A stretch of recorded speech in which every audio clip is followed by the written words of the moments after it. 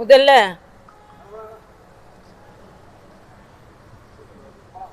மிக மிக மிக மகிழ்ச்சியான மனநிலையில் டெல்லியில் இருந்து இங்கே வந்திருக்கிறோம். ஏனென்றால் மரியாதைக்குரிய பாரத பிரதமர் சொன்ன தீபாவளி பரிசு எல்லாருக்கும் கிடைத்திருக்கிறது. நாட்டு மக்கள் அனைவரையும் மகிழ்விக்கும் அளவிற்கு ஜிஎஸ்டி குறைக்கப்பட்டிருக்கிறது. படிக்கும் பொருட்களுக்கு ஜிஎஸ்டி முற்றிலுமாக விலக்கப்பட்டிருக்கிறது. மருத்துவர் என்ற முறையில் நோயாளிகள் எவ்வளவு சிரமப்படுகிறார்கள் என்பதை நாங்கள் கண்கூடாக பார்த்திருக்கிறோம். அதனால் இன்சூரன்ஸ் முற்றிலுமாக ஜிஎஸ்டியிலிருந்து விலக்களிக்கப்பட்டிருக்கிறது. ஆக்சிஜன் போன்ற பொருட்கள், மருந்துகள் எல்லாரும் ஜிஎஸ்டி குறைக்கப்பட்டிருக்கிறது. கார்கள் கூட 2 வீலர் 3 வீலர் எல்லாமே குறைக்கப்பட்டிருக்கிறது. ஏர் கண்டிஷன் போன்றவை கூட குறைக்கப்பட்டிருக்கிறது. ஆக மக்களின் வாழ்வாதாரம் குறைந்த விலையில் வசதி படைத்ததாக இருப்பதற்கு நமது பாரத பிரதமர் மிகப்பெரிய பொருளாதார புரட்சியை ஏற்படுத்தி இருக்கிறார்கள். நான் இந்த இண்டி கூட்டணிக்கு ஒன்று சொல்லிக்கொள்கிறேன். எல்லாரும் சேர்ந்து திருப்பூரில் கூடி ட்ரம்ப்பை பாராட்டி என்னமோ ட்ரம்ப் நேராக போய் இப்போ அண்ணன் ஸ்டாலின் நேராக ட்ரம்ப்கிட்ட தான் போயிருக்கணும், ஜெர்மனிலாம் போயிருக்க வேண்டாம். ஏன்னா இவங்க தானே அப்படியே ஏதோ போய் எல்லா புரட்சியும் ஏற்படுத்துகிற மாதிரி. அதில் வேற ராசா மாதிரி உள்ளவங்க சொல்கிறாங்க, மோடி அவர்கள் தொலைபேசியில் தொடர்பு கொண்டு ட்ரம்ப்பை போட சொன்னாராம். வெக்கமா இல்லை உங்களுக்கு அது மாதிரி பேசுறதுக்கு? ஜிஎஸ்டி குறைக்கப்பட்டு சாமானிய மக்கள் கூட ஆரோக்கியமாகவும் வசதியாகவும் வாழ்வதற்கு வழிவகை செய்யப்பட்டிருக்கிறது. உண்மையிலேயே இண்டி கூட்டணியை சார்ந்தவர்கள், அது திமுக தலைவர் ஸ்டாலினா இருக்கட்டும், திருமாவளவனா இருக்கட்டும், காங்கிரஸ் தலைவர் செல்வ பெருந்தையா இருக்கட்டும், கம்யூனிஸ்ட் தலைவர்களாக இருக்கட்டும், நீங்க கூட்டம் போட்டு மரியாதைக்குரிய மோடி அவர்களுக்கும் மரியாதைக்குரிய நிர்மலா சீதாராமன் அவர்களுக்கும் நீங்கள் பாராட்டு கூட்டம் நடத்த வேண்டும். மரியாதைக்குரிய பாரத பிரதமருக்கு குறிப்பாக நீங்கள் பாராட்டு கூட்டம் நடத்த வேண்டும். ஏதோ எதிர்த்து பேசுற ஒரு நாடு பொருளாதார பிரச்சனையில் இருக்கும் பொழுது பிரதமரோடு கூட இருக்கிறோன்னு இல்லாமல் கண்ட மாடி பேசுனீங்கல்ல. ஆனால் இன்னைக்கு இந்த நாடு எல்லா விதத்திலும் முன்னேறுவதற்கான எல்லா ஏற்பாடையும் மரியாதைக்குரிய மோடி அவர்கள் செய்திருக்கிறார்கள். அதனால கண்டன கூட்டம் போடுறீங்கல்ல, அதே மாதிரி கூட்டம் போட்டு மக்கள் மீது உண்மையிலேயே அக்கறை உள்ள கட்சிகளாக நீங்க இருந்தீர்கள் என்றால் பாராட்டு கூட்டம் நடத்த வேண்டும். அப்பதான் நீங்க மக்களுக்கு ஆதரவாக இருக்கிறீர்கள் என்பதை மக்கள் புரிந்து கொள்வார்கள். அதனால ஒரு கட்சி என்றால் எதற்கு, ஒரு கூட்டணி என்றால் எதற்கு? மக்களுக்காக. ஆக மக்களுக்காக நல்லது நடக்கும் பொழுது அனைவரும் சேர்ந்து மரியாதைக்குரிய பாரத பிரதமரை பாராட்டுவோம். இன்னொன்று, இதுவரைக்கும் இராணுவ தளவாடங்கள் ஏற்றுமதி 700 கோடிக்கு தான் இருந்தது உச்சபட்சமாக.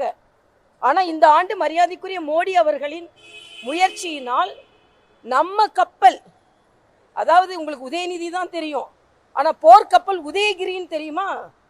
இந்தியாவிலேயே தயாரிக்கப்பட்ட உதயகிரி இன்னைக்கு கப்பல் உதயகிரி உலகத்தில் யாரும் ப்ரொடியூஸ் பண்ணாத அளவிற்கு பலம் வாய்ந்த கப்பல் ஒன்று அறிமுகப்படுத்தப்பட்டிருக்கிறது.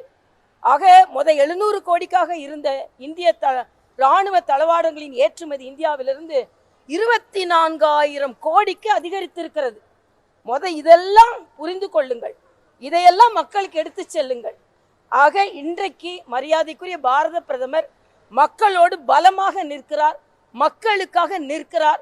அவரோடு அவர் கட்சியில் இருக்கிறோம் என்று நாங்கள் பெருமைப்படுகிறோம். அதனால இன்று மிகவும் மகிழ்ச்சியாக நான் டெல்லியிலிருந்து வந்திருக்கிறேன்.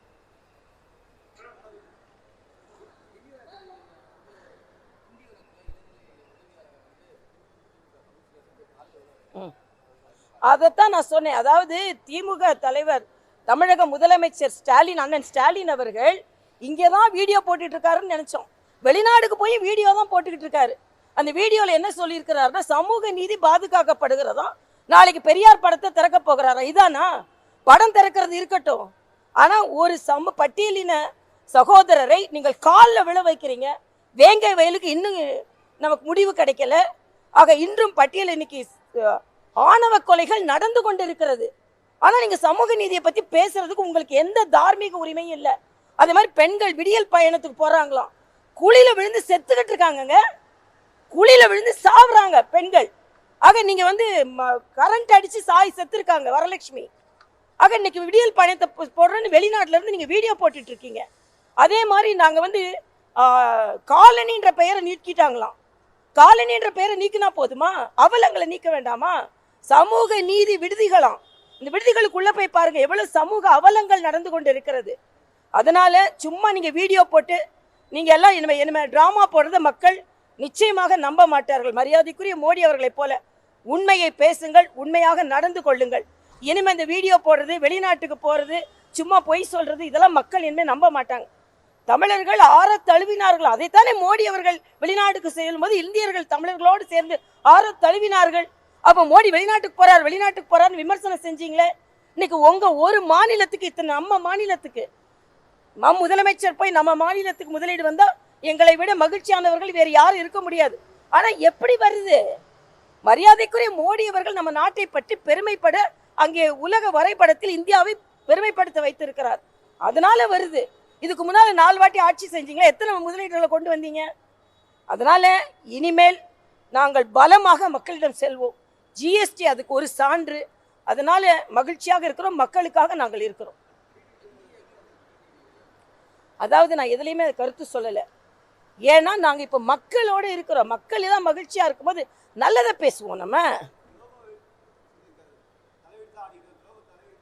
இல்ல இப்போ மக்கள் வந்து ஜிஎஸ்டி குறைப்பினால மகிழ்ச்சியாக ஆடிக்கொண்டிருக்கிறார்கள். அதை நம்ம பார்ப்போம்.